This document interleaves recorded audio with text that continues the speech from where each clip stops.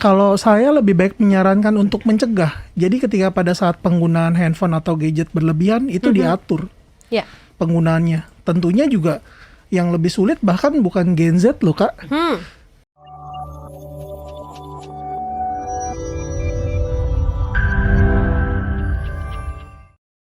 Tahapannya untuk yang ringan yang bisa dirawat itu kalau dia masih punya kemampuan mengikuti aturan. Betul. Nah, sebenarnya sebagai keluarga tadi Kak Ernest mengatakan harus memanusiakan. Nah, sekarang kan apalagi kalau kita lihat generasi Gen Z ini lebih kepada gadgetnya, terus cuek begitu ya.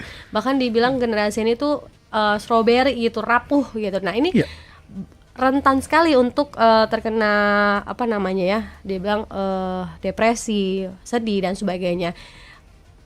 Keluarga bisa tahu ini ada potensi atau indikasi ke situ harus seperti apa nih? Orang tuh harus aware seperti apa, Kak Ernest? Oke, kalau saya lebih baik menyarankan untuk mencegah. Jadi ketika pada saat penggunaan handphone atau gadget berlebihan itu diatur penggunaannya. Tentunya juga yang lebih sulit bahkan bukan Gen Z loh Kak. Bala yang usia let's say 30 tahun, 40 tahun, 20 tahun seperti itu. Karena kan dia sudah memiliki kewenangan sendiri kapan saatnya harus membuka handphone sendiri, kapan berhentinya kita nggak tahu. Kalau anak kecil masih, oh iya dia nggak main kayak gitu, masih bisa diambil atau masih bisa internetnya dimatiin nih gitu loh. Nah tentunya itu yang harus ditumbuh kembangkan. Dan kemudian bagaimana caranya untuk mengalihkan ke kegiatan yang lain kayak gitu. Contohnya misalnya hobi, kalau hobi jalan-jalan ya udah jalan-jalan refreshing seperti itu. Tentunya tapi kan ketika pada saat bilang oh nanti ada biaya lagi nih begini, itu harus direncanakan, harus dipikirkan seperti itu. Oke. Nah, Kak Ernest nih juga tadi aku minta beberapa poin gitu ya dari Kak Ernest, kita bahas edukasi kepada keluarga yang mengalami gangguan kejiwaan. Tadi udah dibilang step by stepnya, terus lebih baik mencegah. Tapi kalau misalnya sekarang mungkin sahabat sonarnya baru ada yang join gitu ya, kayak sebenarnya gangguan kejiwaan yang paling atau ciri yang paling mudah ditahu gitu ya, walaupun jangan sampai diagnosa, tapi kan kita harus tahu ciri-cirinya atau gejalanya seperti apa sih Kak Ernest? Oke, contohnya salah satunya dia mengalami kesedihan yang menetap. Jadi seolah-olah orang lain tidak tahu, tidak bisa memahami dirinya dia lagi sedih, atau dunia seakan-akan runtuh nih Kak biasanya kayak gitu, atau merasa sendiri saja. Pokoknya ini masalahnya kayaknya masalah saya banget seperti itu, dan orang lain nggak ngerti deh. Nah itu yang indikasi seperti itu biasanya harus coba untuk diajak keluar. Harus jalan-jalan atau ajak keluar kemana nih Kak? Betul, jalan-jalan ataupun misalnya dari mindsetnya dia atau cara berpikirnya seperti itu. Contohnya misalnya, yuk bikin gambar yuk kayak gitu, yuk bikin apa hobinya, atau misalnya masak yuk kayak gitu. Jadi itu sebisa mungkin untuk menekan atau mengurangi gejala yang terjadi di dirinya dia seperti itu. Sedangkan kan kalau misalnya yang parah itu atau yang lebih berat seperti itu, ya dia tidak kontak realita dengan realita itu sudah tidak ada atau tidak ada kesinambungan.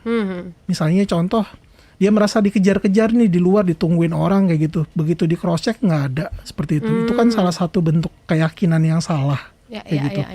Itu saya rasa ketika pada saat itu terjadi atau mungkin terjadi dia merasa kayak melihat makhluk halus atau apa yang tidak bisa dikonfirmasi, baiknya salah satunya harus coba diperiksakan.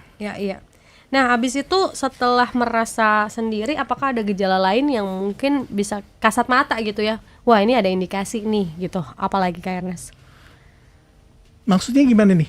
Ciri-ciri atau yang mengalami gangguan kejiwaan tadi, kalau itu kan merasa sendiri, merasa masalahnya cuma dia sendiri gitu, itu kan sulit ya untuk melihat. Mungkin beberapa kalau yang kenal banget, oh iya dia ngalamin perbedaan, tapi yang kasat mata yang kelihatan tuh apa sih Kak Ernest? Misalnya malah kebalikannya, terlalu marah-marah dari yang tadinya sedih banget kan, terus dia jadi marah-marah, semuanya marah-marah, seharian penuh bisa dia marah-marah seperti itu dengan intonasi suara tinggi seperti itu. Sebenarnya dari pihak keluarga bisa menanyakan, ada apa sih, lagi terjadi apa gitu. Kalau ada perubahan yang signifikan ya. Betul. Dari sedih, marah. Nah, ini pertolongan pertama adalah tanyakan kondisinya. Betul. Nah, setelah itu apa step by stepnya yang harus dilakukan oleh keluarga? Biasa biarin dari yang bersangkutan untuk bercerita. Nggak apa-apa, dengerin aja kayak gitu. Itu adalah salah satu bentuk penyaluran yang saya rasa cukup efektif. Seperti itu. Jadi kan salah satu bentuk memanusiakan manusia itu ya seperti mendengarkan. Oh iya, seperti ini. Marahnya kenapa? Oh iya. Misalnya macet kayak gitu. Ya. Marahnya macet terus kemudian telat kayak gitu. Terus diomelin kayak gitu. Nggak apa-apa, jelasin.